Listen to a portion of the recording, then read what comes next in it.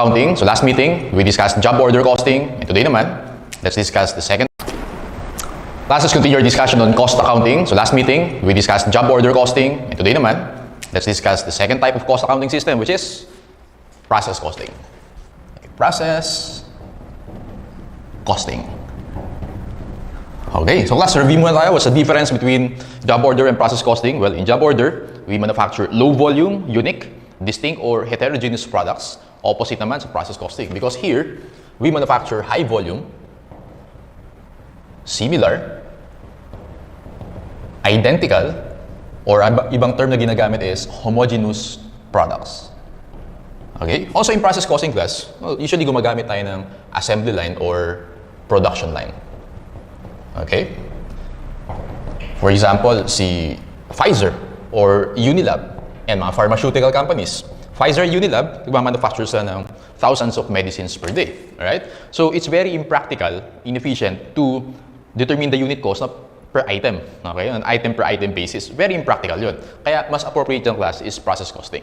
Gets? Ano pa? For example, class si Toyota. And so according to my research, nagmamanufacture siya at least 13,000 per day. Well, globally yun, 13,000 cars per day. In the Philippines, let's say a couple of hundreds. So merong Innova, Vios, Fortuner, and so on. So yung class, since si Toyota gumagamit siya ng production line, mas appropriate sa kanya is process costing. Alright? What else? Let's say si Lenovo. So si Lenovo class, well, magmamanufacture ng laptops yan and other electronic devices, process costing yan. Sino pa? San Miguel Corporation, sa SMC, maraming products yan, tama? Pero let's say mga beer, okay, or instant coffee, ayan. So very impractical kung iisa-isahin mo yung cost ng instant coffee. Kaya yung mga companies na yung class, hindi pwedeng job order costing yan. Process costing yung mas appropriate dyan. Gets? Okay, now class, yung objective natin in process costing is the same as our objective in job order costing, which is to determine the unit cost. And we learned last time, a very important yung unit cost kasi yan yung basis ng selling price natin, which will influence the demand for our product. Okay, so same din siya. Meron tayong direct materials, direct labor, and overhead. Ganun pa rin yung class. It's just that, ang main difference nila is, in process costing, we use what we call cost of production report. Okay, or CPR. Cost of production report. Yung mga companies na yung class, example sa atin kanina, pag nag-work ka dyan sa cost accounting department nila, CPR yung gagamitin mo dyan. Alright? Now, sir, ano ba yung CPR na yan? Well, later, syempre, marami tayong exercises for application of CPR. Pero tingnan mo natin class yung major sections. We have 5, okay? First one is units to account for. Alright? Second is units accounted for. So, take note, number of units yan. Alright? So, kung gagawa tayo ng, let's say, ito yung production line natin, mag-start sa 0%, yung 100%, yung units to account for, ito yung total units at the start. Total units at the start of production. Gets? Yung units to account for. Alright? Again, total units at the start of production.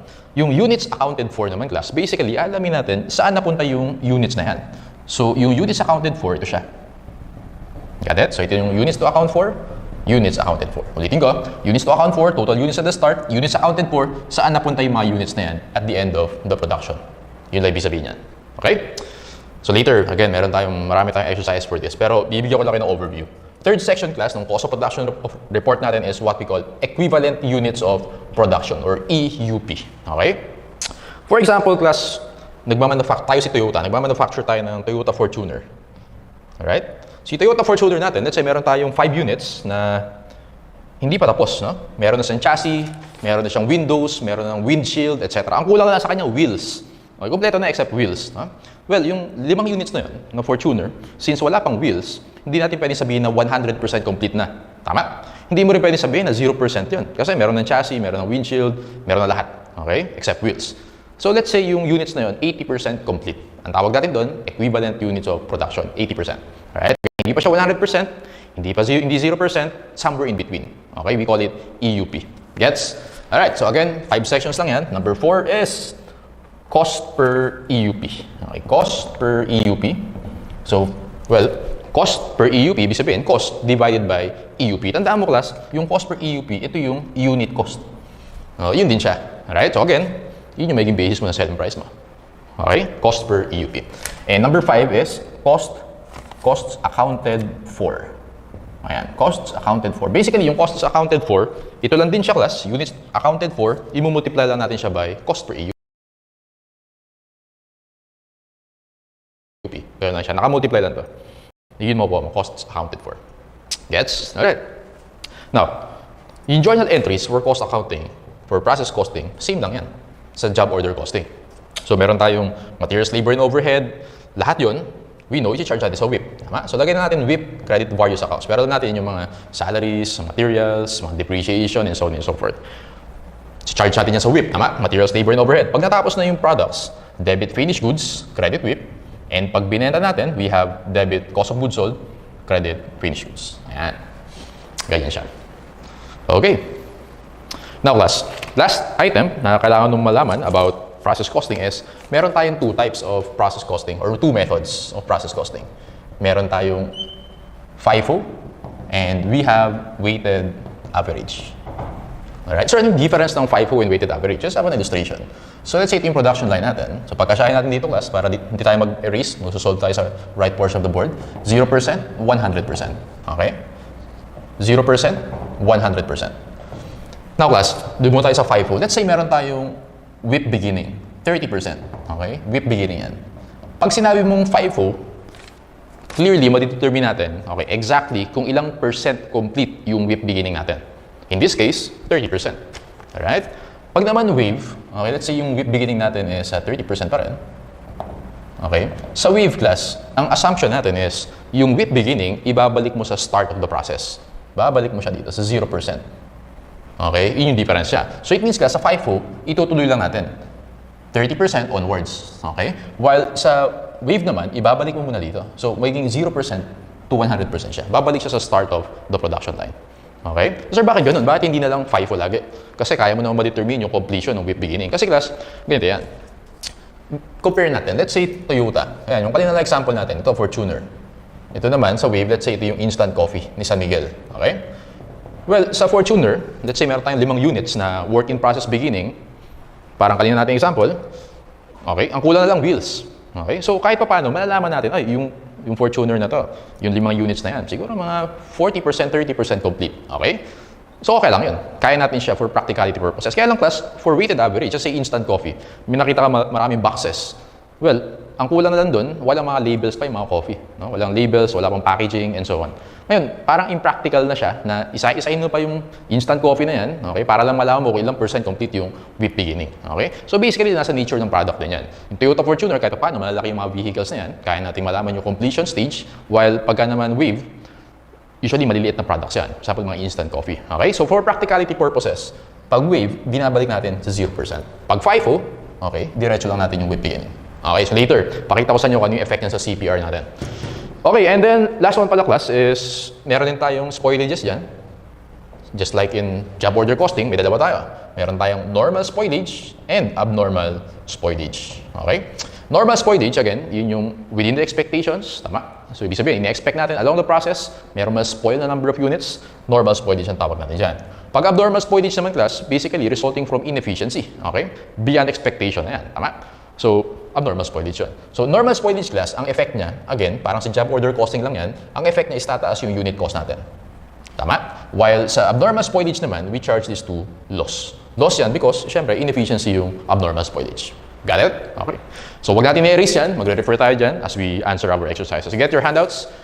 Let's go to problem number 1. Okay, problem number 1.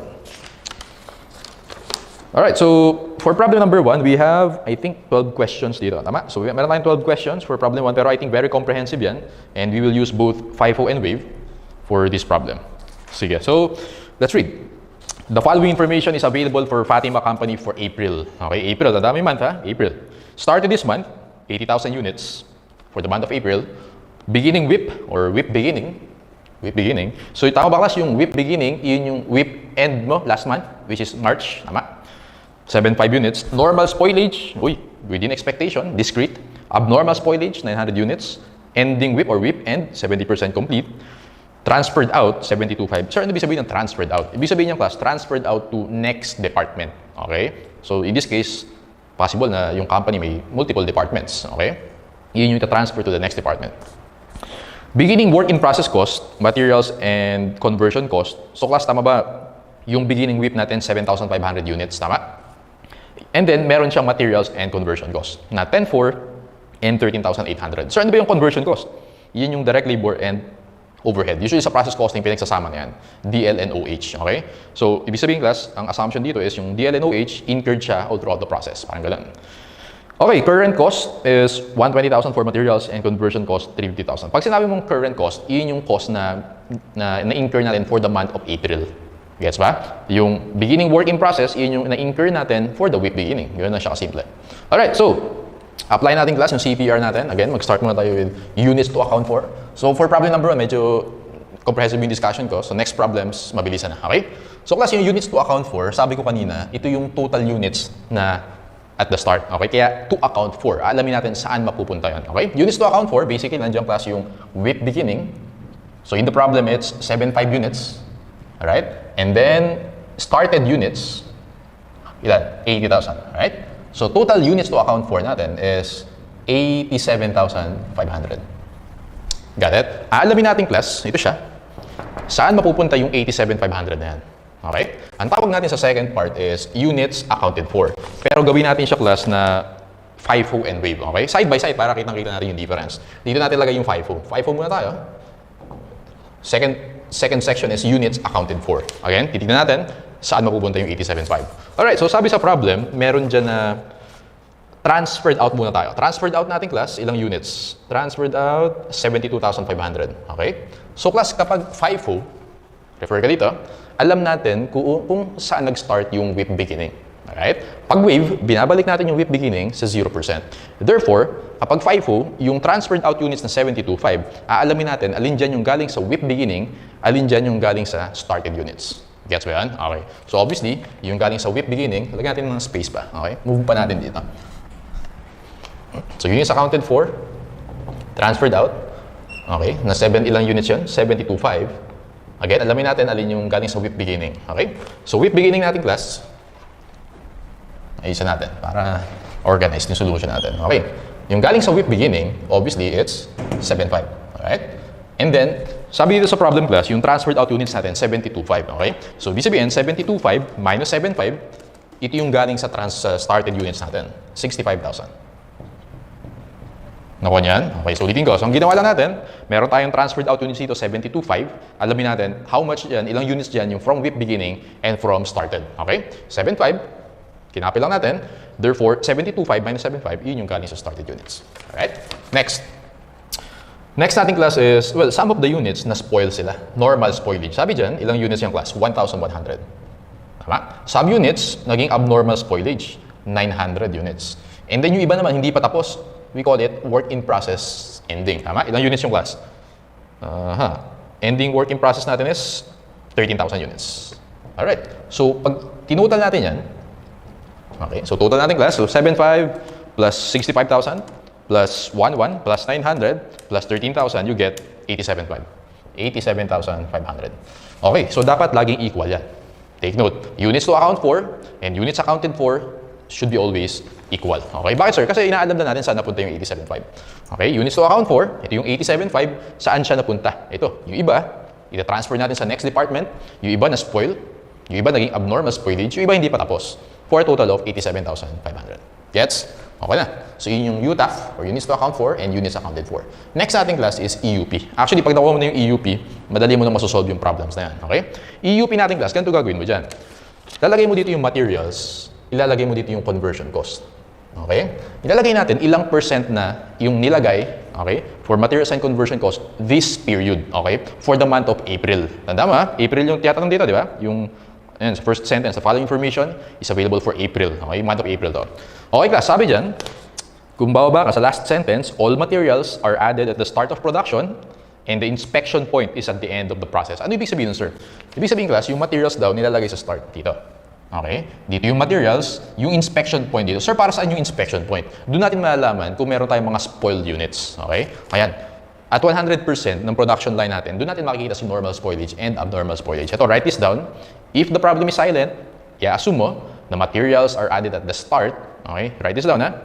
If silent, yung problem, materials are added at the start and the inspection point is at the end of the process. Ulit. So, sa 0% yung materials, sa 100% yung inspection point. If the problem is silent. Alright, so, class ito. Yung week beginning natin na 7.5, okay, which is ilang percent complete yan? 40%, tama? Ilang percent ang lalagay dito sa materials? Okay? Actually, lalagay mo dito class is 0%. Okay? Take note, 0%. Yan. Bakit sir? Kasi yung WIP beginning na yan, which is 40% complete, nalagyan na ng materials yan last month of March. Okay? Kasi sa start ng lalagay ng materials, ibig sabihin nalagay na yan last month. Take note, yung ilalagay mo ditong percentages, this month. Okay? Baka magkamali dito, this month yan na hindi last month. So ngayon, itong started units, obviously, kung started, nagsimula ng 0% yan, nalagyan mo na yan lahat. 100% yan. Lahat yan nalagyan mo ng materials. Abnormal spoilage, 100%. Abnormal, 100%. WIP, and 100%. Kasi class, yung units na yan, nag-start siya at 0% this month. Right? Now, doon naman tayo sa conversion cost. Conversion cost is, sabi dyan, yung WIP beginning natin is 40% complete. Tama? Kung 40% complete siya, ilang percent pa ilalagay natin this month? 60%. Tama? So, this is 60%. Yung started na nag-transferred out, obviously, 100% lagi yan. Tama? Yung normal spoilage and abnormal spoilage, kung ano yung inspection point natin. Well, ang inspection point natin dito is at the end of the process, therefore, nalagyan na natin ng 100% conversion cost yan. Okay? Yung WIP end natin class, dyan sa problem, sabi dyan, ending WIP, 70% complete. So, ibig sabihin, 70% yung conversion cost natin. Okay? So, after that, we can now compute for the EUP. EUP, lagay ko sa tabi. Okay? EUP natin. 75 times 0%. So, multiply lang natin yung units sa percentages. 75 times 0% is 0. 65,000 times 100% is 65,000. 11 times 100% is 11. 900 times 100%, 13,000 times 100%. And then, add natin yan. 65,000 plus 11 plus 900 plus 13,000, you get 80,000 units. 80,000 yung EUP natin. Okay? EUP as to materials, 80,000 yan. Right? Let's compute yung EUP as to conversion cost. 75 times 60%, you have 4,500. Okay? 65,000 times 100%, 65,000. 11 times 100%, 900 times 100%, 13,000 times 70%, you get 9,100. Let's compute the EUP as to conversion cost. Let's add 45 plus 65,000 plus 11 plus 900 plus 91. Yun, 80,600. Okay.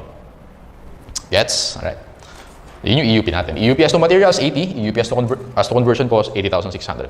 Now, next nating class is cost per EUP. So again, yan yung important sa atin, cost per EUP. Sir, paano kino-compute yan? Cost per EUP.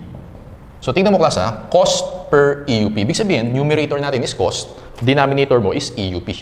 Okay? Now, since this is FIFO, okay, ganito ginawa natin dyan. From here, kinontinue lang natin yung WIP beginning. Tama lang? So, ang gagawin natin dito class, to compute for cost per EUP, tignan natin yung current cost. Nakita mo yung current cost sa problem, 120,000. 120,000 for materials, i-divide mo sa EUP. Kasi nga, cost per EUP. So, yung 120,000 is cost, EUP is 80, complete natin. 120,000, divide by 80,000, you get 1.5. Ayun. Cost per EUP, as to materials, 1.5. Doon naman tayo sa conversion cost, 350,000. Divided by EUP na 80,600. Okay, 350,000 divided by 80,600, you get 4.34. Okay, so round natin, 4.34. Okay, so actually, pag nakuha mo yung class, okay na yan. Okay na yan, masasolve mo na yung problem natin. Let's go to question number 1. What are equivalent units of production for materials? Ito, 80,000 yan.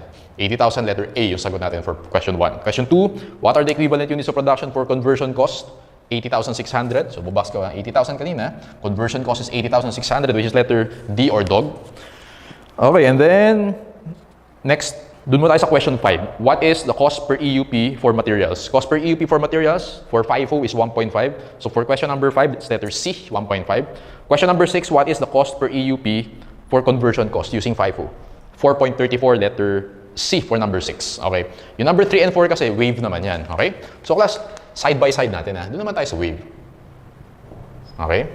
Tignan natin kung ano yung main difference nila. Yung wave natin class, yung WIP beginning, again, ibabalik natin sa 0%. So, ibig sabihin, hindi sa atin relevant yan.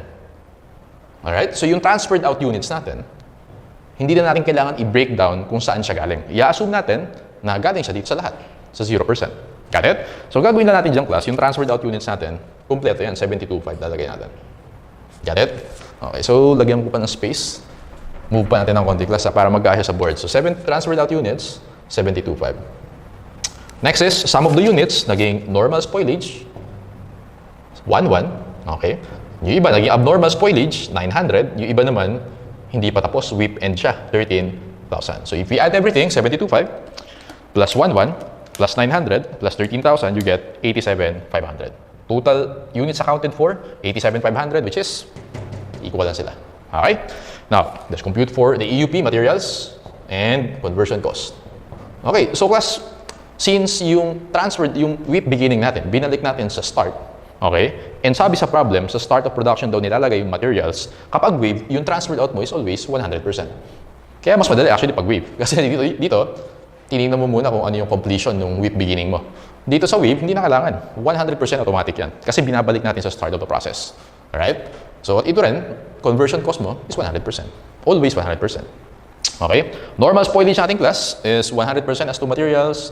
Abnormal is 100 kasi lahat yan nag-start this month. Okay? So, pag compute mo yung EUP as to materials, multiply lang natin, 72.5. Since lahat naman 100%, we can copy. Okay? So, EUP as to materials, 87,500. Take note, equal lang. Unlike dito sa FIFO, mas mababa siya, 80,000. Kasi kinonsider natin yung completion ng WIP beginning. Dito naman tayo sa conversion cost. Since yung inspection point is at the end of the period, 100% yan, yung WIP end natin is 70% complete. Okay? So, multiply natin. EUP as to conversion cost, 72.5, 11, 900, 13,000 times 70% is 91. Okay? So, computin natin class, yung EUP as to conversion cost under wave, 72.5 plus 11, 72.5 plus 11 plus 900 plus 91, you get 83,600. Okay. And then, next natin class is cost per EUP. Okay, ito yung main difference nila. Aside from this one, dalawa yung differences actually. Cost per EUP for wave, isasama natin class yung cost sa work in process beginning. Okay, bakit sir? Kasi class, again, ito kasi yung concept eh. Since binabalik mo siya dito, alright, yung WIP beginning, sa computation ng cost per EUP, para maging apples to apples yung comparison natin, isasama natin yung WIP beginning. So, ibig sabihin class, yung numerator mo for materials, tama ba meron kang current cost na 120? Nakita mo yan? I-add mo dyan yung materials sa work in process beginning. Nakita mo yung 10,4? So, 120,000 plus 10,4, 130,400. 130,400 divided by EUP, 87.5. Cost per EUP natin is, so 130,400 divided by 87.5, you get 1.49. Okay? 1.49. Ayan. Now, yung conversion cost naman natin, nakita mo class yung 350,000 of current, i-add mo dyan yung beginning na 13,800. Okay? So, 350,000 plus 13,800, you get 363,800. 363,800 divided by 83,600. Okay? We get, so 83,600, 4.35. Yun, 4.35. Okay, so yun yung main difference na dalawa. Two differences between the FIFO and wave. First, pag wave, since binabalik natin sa start, hindi mo na kailangan alamin kung yung transferred out, kung galing ba siya, kung saan siya galing. I-assume natin na transferred out, lahat yan nag-start this period. Kaya laging 100% yan. Yun yung first difference. Second difference, yung computation ng cost per EUP. Pag FIFO, yung current cost lang yung nasa numerator mo. Tama? Pag naman wave, since binabalik natin sa start, okay, yung numerator natin mas malaki. Okay? Itataas natin yan. Isasama mo yung cost ng WIP beginning. Yan. Okay? So, let's go to question number 3. EUP as to materials under weighted average, 87.5. That is letter boy. Okay? For number 3. Number 4 naman class, EUP as to conversion cost under wave is 83.6. Letter A for question number 4. Okay? So, dito ko, question 1 is A, question 2 is dog, question 3 is boy, question 4 is A, question 5 is C, question 6 is C. Let's go to question 7. Question 7, cost per EUP as to materials under weighted average, 1.49, letter A. Okay. Number 8, cost per EUP as to conversion cost under weighted average, 4.35, letter D. Ayan, dog. Ngayon class, yung questions 9, 10, 11, and 12, actually ito yan, yung cost accounted for. Kasi tapos na tayo sa cost per EUP, di ba? Yung cost accounted for naman, yun yung numbers 9, 10, 11, and 12. Okay, again, pag may cost per EUP ka na, madali mo naman sasagutan to. Sir, paano sagutin yan? Number 9, what is the cost assigned to ending inventory using FIFO? Okay, nasa class yung ending inventory? Tama ba yun yung WIP end natin? Under FIFO daw, di ba? So, focus tayo dito. Lagyan natin ng line dyan. Okay, dito tayo sa FIFO. How much daw class yung cost nung 13,000 na yan? Alright? Paano may solve yan, sir? Ganito yan, class. EUP times cost per EUP. Ganun na siya. Di ba? Pag EUP times cost per EUP. Di ba class, kapag math yan, nagka-cancel out yan. So, matitira sa'yo is the cost. Kaya ganun siya. So, again, gagawin ko dyan class to compute for the WIP end. Dito ko susolve, ha? Okay, so dito ko siya susolve. Okay. Number 9. Ganito lang gagawin ko yung class. UP, 13,000 times 1.5. Okay. So, ito yung whip end.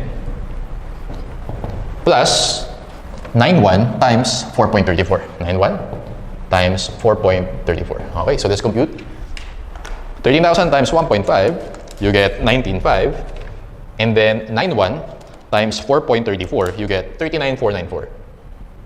Add natin yung class, plus 19.5, you get 58,994. 58,994, letter boy. Ganun simple. Boy. Let's go to number 10. What is the cost assigned to abnormal spoilage? So, ganun lang gagawin ko yung class. 900 times 1.5 plus 900 times 4.34. Okay? 900, or pwede kong gawin 900 times yung sum ng dalawa na yan. Pero para consistent, 900 times 1.5 plus 900 times 4.34. Okay? 900 times 1.5, 1,350. 900 times 4.34, 3,906. Add natin yung dalawa na yung class, plus 1,350. You get 5256, letter C. 5256. Gets? Okay. Since abnormal spoilage yan, syempre, si-charge mo yan sa loss. Pag may journal entry ka, debit loss yan. Alright, next is number 11. What is the cost assigned to normal spoilage and how is it classified using weighted average? Okay, doon naman tayo sa weighted average. Erase ko na to. Okay, let's go to number yung class. Number 11. Okay, under weighted average tayo. And then, ang tanong sa atin, normal spoilage. So, ganito lang gagawin ko dyan class. 11 times 1.49 plus 11 times 4.35. Okay, so 11 times 1.49, 11 times 4.35. Okay, so 11 times 1.49, you get, okay, 1639. And then 11 times 4.35, you get 4785. Sige, add natin dalawa na yan, 1639, 6424, letter dog. 6424 assigned to units transferred out. Sir, bakit assigned to units transferred out? Tandaan mo, class, yung abnormal spoilage, ito yung abnormal, tama? If maalala mo yung job order costing natin, yung abnormal spoilage natin, siya-charge natin sa loss. Walang problema yan. Yung normal spoilage naman, if you remember our job order costing, tumataas yung unit cost. Tama? Pag normal spoilage, right? Kasi siya-charge mo sa WIP. Ganun din dito sa process costing. Sa process costing, kapag normal spoilage, okay, tumataas din yung unit cost mo. Paano tataas yun, sir? Yung normal spoilage na yan, isasama mo yan sa cost ng transferred out units. Got it? Kaya sa number 11, ang tanong dyan, what is the cost assigned to normal spoilage and how is it classified? Answer dyan is dog, 6424 assigned to units transferred out. Okay? So para mas clear, tignan natin yung number 12. Sabi dyan, what is the total cost assigned to goods transferred out? How much do to? Yung transferred out natin. Pero again, kakasabi ko lang, yung normal spoilage, isasama mo dyan. Okay, dadagdag natin yung cost natin. Tama? So, gagawin natin dyan, class, yung transferred out units natin under wave. Okay? 72.5 plus 1.1. Ilan yun? 73.6. Tama? Add ko to. 72.5 plus 1.1, which is 73.6. Yun yung materials. Times 1.49. Yung conversion cost natin, 72.5 plus 1.1, which is 73.6 times 4.35. Okay? 73.6 times 4.35. Let's compute. 73.6 times 1.49. You get 109,664. And then 73.6 times 4.35, 320,160. Okay, let's add the two. That's 109,664.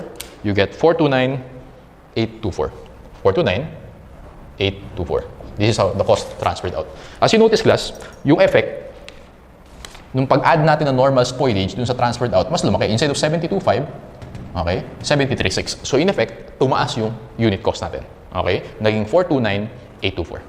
Got it? Kaya answer natin dito, class, is letter B for question number 12. Okay, yun na yan. Pero, tingnan natin yung computation naman, class, ng transferred out units using FIFO. Hindi kasi tinanong sa problem pero sagutin din natin. Kapag FIFO yan, what is the difference? Again, ito wave yan, tama? Transferred out units using FIFO, ito, class, yung difference niya. Yung materials natin, nasaan yan? Well, meron kang transferred out, tama? Yung materials natin is 0. 0 plus 65,000 plus 1,1, ilan yun? 66,100. Tama? 66,000, 65,000. Okay. So 0, 65, 66,000, tama. 66,100. Okay, 66,1 times 1.5 plus sa conversion cost, 4,500 plus 65,000 plus 11, ilan yan? 4,500 plus 65,000 plus 11, you get 70,600. 70,600, multiply natin by 4.34. Okay, so compute natin class, 66,1 times 1.5, 99,150. 70,600 times 4.34, 306,404. Okay, 99,150. Add natin yung dalawa. You get 405,554. Okay, ito yung huwag mo kakalimutan. Okay, marami nagkakamali dito. You have to add yung cost ng WIP beginning natin. Alright, which is how much yung cost ng WIP beginning. Nakita mo dyan class, yung materials natin is 10,400. 10,400 plus conversion cost na 13,800. You add 24,200 plus 24,200. Okay? Plus 405,554. 429,754. So, ibig sabihin class, yung transferred out cost natin using FIFO is 429,754. Sir, bakit dito in-add mo yung WIP beginning sa FIFO? Bakit sa weighted average hindi? Yung reason class ganito. Kasi sa weighted average, kinonsider na natin yung cost ng WIP beginning in computing the cost per AUP. Dito sa FIFO, hindi pa. Kasi ang numerator lang natin dito is current cost. Hindi pa natin na-consider yung WIP beginning. So either way, whether FIFO or WAVE, dapat syempre yung cost na itatransfer mo to the next department, kasama dapat dyan yung cost ng WIP beginning. Okay? So ito huwag mga kalimutan. So ulitin ko, yung transferred out cost natin, okay, isasama mo yung normal spoilage, right? Normal spoilage.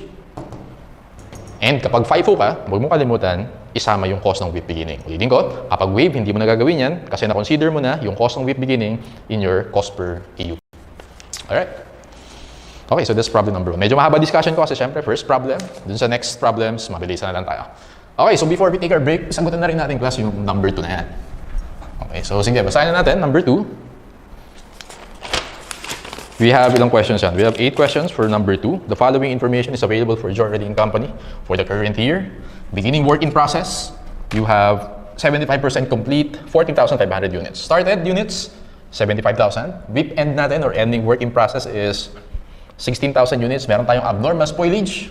We have normal spoilage continuous. Nakalagay continuous. Kung titignan mo class yung problem 1, nakalagay dun sa normal spoilage, discrete. Tama ba? Yun, discrete. Dito naman sa problem 2, nakalagay continuous. Sir, ano yung difference ng dalawa na yan? Okay, so ganito yung class. Pag normal spoilage, may dalawang klase yan. Pwedeng discrete or continuous. Right? Continuous. Pag discrete, ibig sabihin, definite yung inspection point. Okay? With inspection point. Definite. Sinasabi dyan kung ilang percent. Kung ilang percent ng process may inspection point. Doon sa problem number 1, at the end of the process. Ang tawag natin doon is discrete. Okay? Inspection point. Now, kapag continuous class, ang gagawin dyan, ang assumption dito class is actually, no inspection point yan. No inspection point. Because ang i-apply natin dito is what we call method of neglect. Ayan. Method of neglect. Ay, mga na-neglect na dyan, makaka-relate kayo dito. Tanda mo lang, pag continuous, method of neglect dyan. Sir, ano yung method of neglect? Literally, ni-neglect natin yung normal spoilage. Okay? In method of neglect, as if, okay, the spoiled units did not occur. Ayan. So, sulat mo muna ha. Later, explain natin yan sa CPR. Pag method of neglect, as if the spoiled units did not occur. So, ang effect ng class sa CPR natin, yung normal spoilage natin is always 0%. Instead of 100 or whatever, 0% lagi yan. Abnormal spoilage natin, always 100%. Yung abnormal spoilage, hindi yan affected ng method of neglect natin because abnormal spoilage is an inefficiency. Dapat laging reported yan as loss. Kasi pag 0% mo yung abnormal spoilage, it means hindi mo i-report yung loss. Okay? Ulitin ko. Pag continuous inspection point, actually, ibig sabihin, no definite inspection point. To be technically correct, ibig sabihin yan, all throughout the process nag-i-inspect ka, parang ganun. Walang definite na, okay, gatong percent lang. Hindi, all throughout the process. I-apply natin dyan is method of neglect, okay? Wherein, as if the spoiled units didn't occur, ang effect sa CPR natin, normal spoilage is at 0%, abnormal spoilage is at 100%. So later, explain ko sa inyo kung bakit 0% yan. Okay, let's continue reading.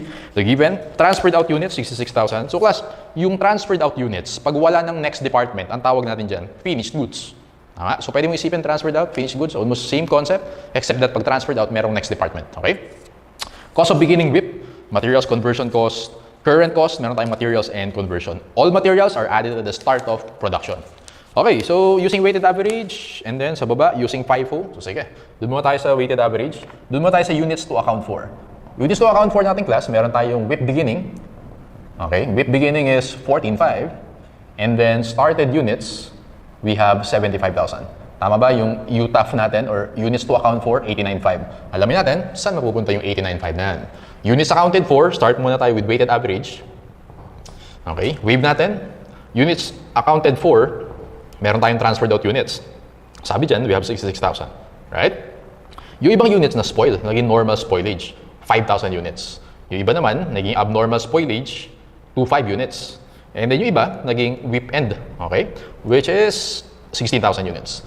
Sige nga class, add natin yan. So 66,000 plus 5,000 plus 25 plus 16,000, you get 89,500. 89,500.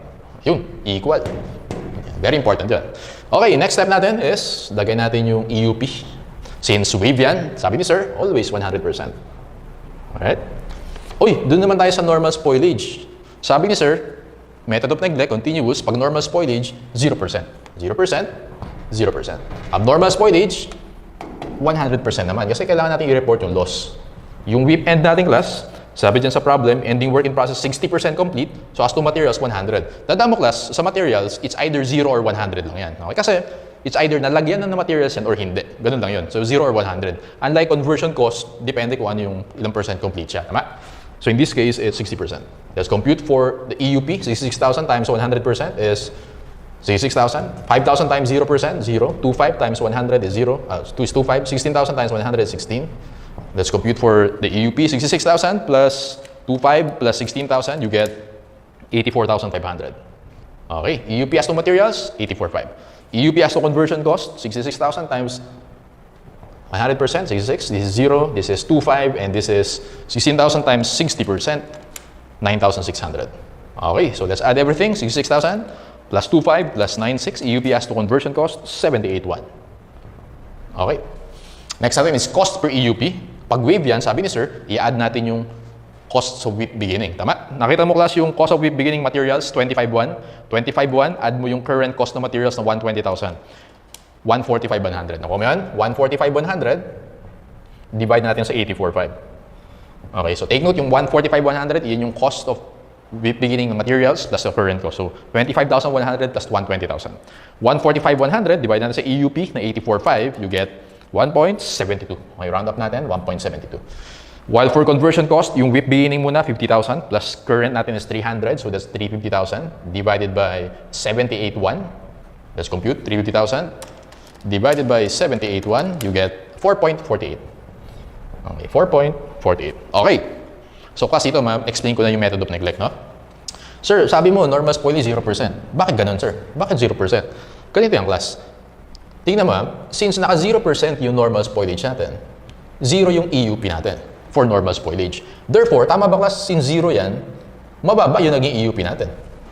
Compared to if hindi yan 0. Tama? Because 0 yan, mababa yung EUP. Because mababa yung EUP, mababa yung denominator natin. Does that make sense? Pag mababa yung denominator mo, tataas ngayon yung cost mo, yung cost per EUP. Sabi ko kanina, yung cost per EUP is also your unit cost. Tama? Ang goal natin sa normal spoilage is tumaas yung unit cost. Parang sa job order costing, pag charge mo sa WIP. Tama? Eh di yun, na-meet mo yung objective natin. Because in this case, mababa yung denominator, mataas yung unit cost. Di sabihin, pag 0% yung normal spoilage or method of neglect, tumataas yung unit cost natin. Yun yung ibig sabihin niya. Gets? Okay. And also class, tanda mo, pag ang tanong sa problem is, what is the unit cost of the product? I-add mo yung cost per EUP. 1.72 plus 4.48, answer natin is 6.2. Just in case itanong sa problem, ha? Okay, pag sinabi, how much is the unit cost? Okay? Hindi mo isasagot yung 1.72 and 4.48, add mo dapat yan, 6.2. Kanina, pag tinanong, how much is the unit cost under FIFO? Add mo yan, 1.5 plus 4.34. How much is the unit cost under WAVE? 1.49 plus 4.35. Gets? Okay. Sige class. So next natin is, again, pag mayroon ka ng EUP or cost per EUP, madali na yung problem. Tama? Okay, so FIFO naman tayo. So dapat, mabilis na kayo sa FIFO. Sa FIFO, sabi ni sir, yung transferred out units, tignan natin ilan yung galing sa WIP beginning, ilan yung galing sa started. Okay, so WIP beginning natin, 14.5. So lagay natin dyan, 14.5. Right? And then yung started natin, since total is 66,000, 66,000 minus 14,500, you have 51,500 here. Okay? Yung ibang units, naging normal spoilage, 5,000. Yung iba naman, abnormal spoilage, 2,500.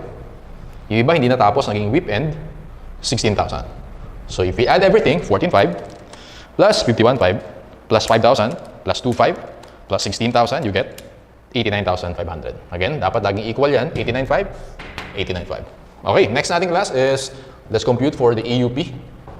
Okay, so sa FIFO, yung WIP beginning na 14,500, nalagyan na yan ng materials last period or last month. So dapat 0% yan.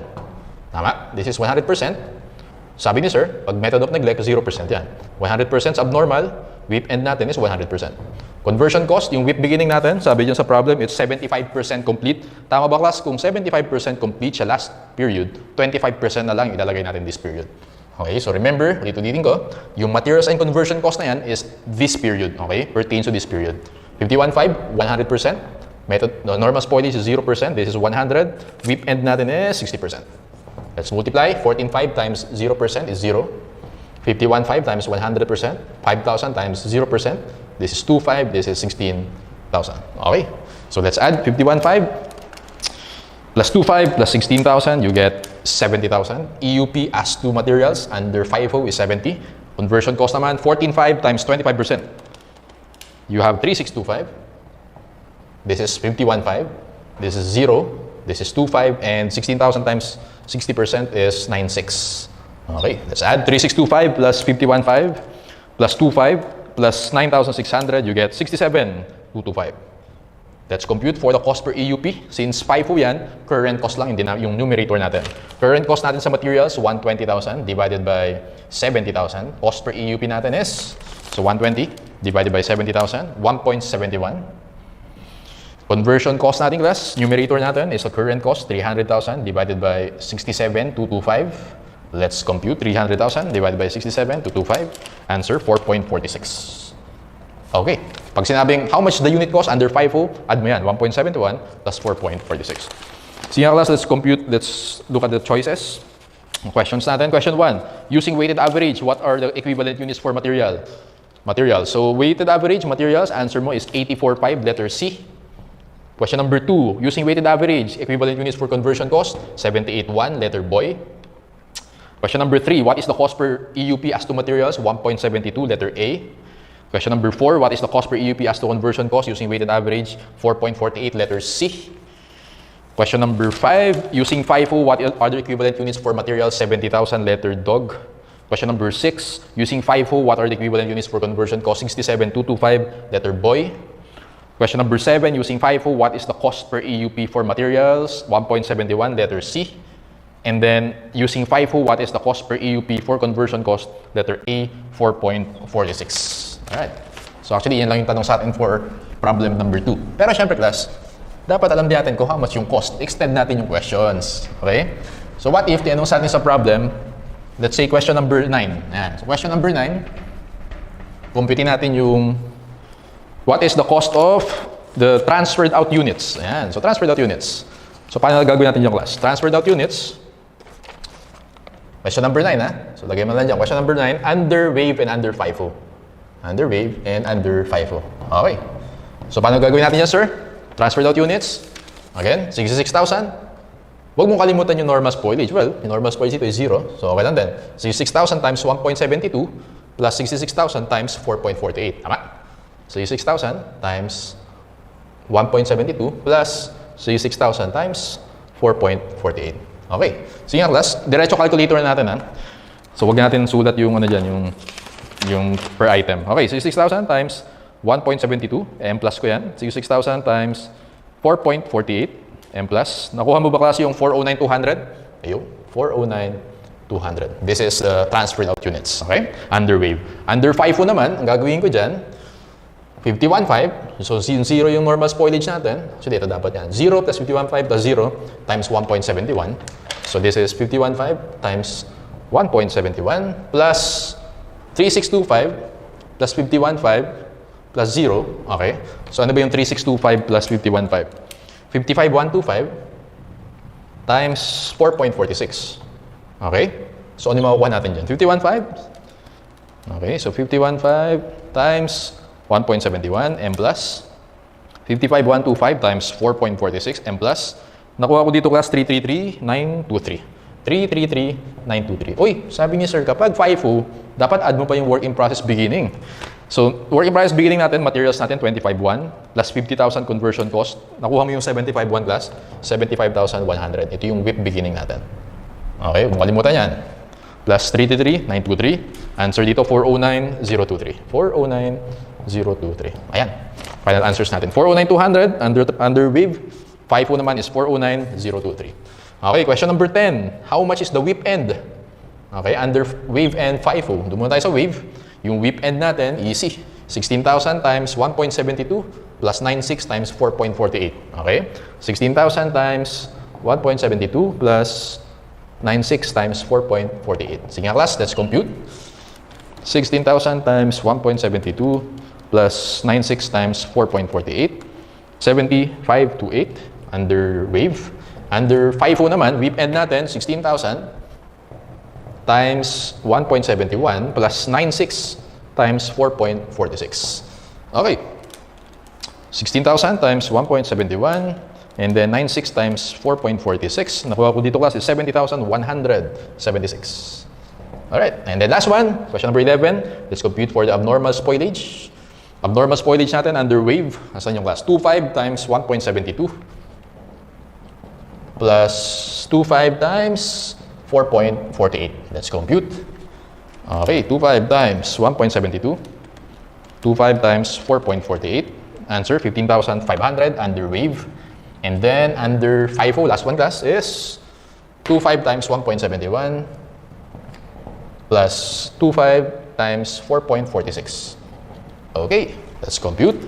25 times 1.71 plus 25 times 4.46. Answer natin, 15,425.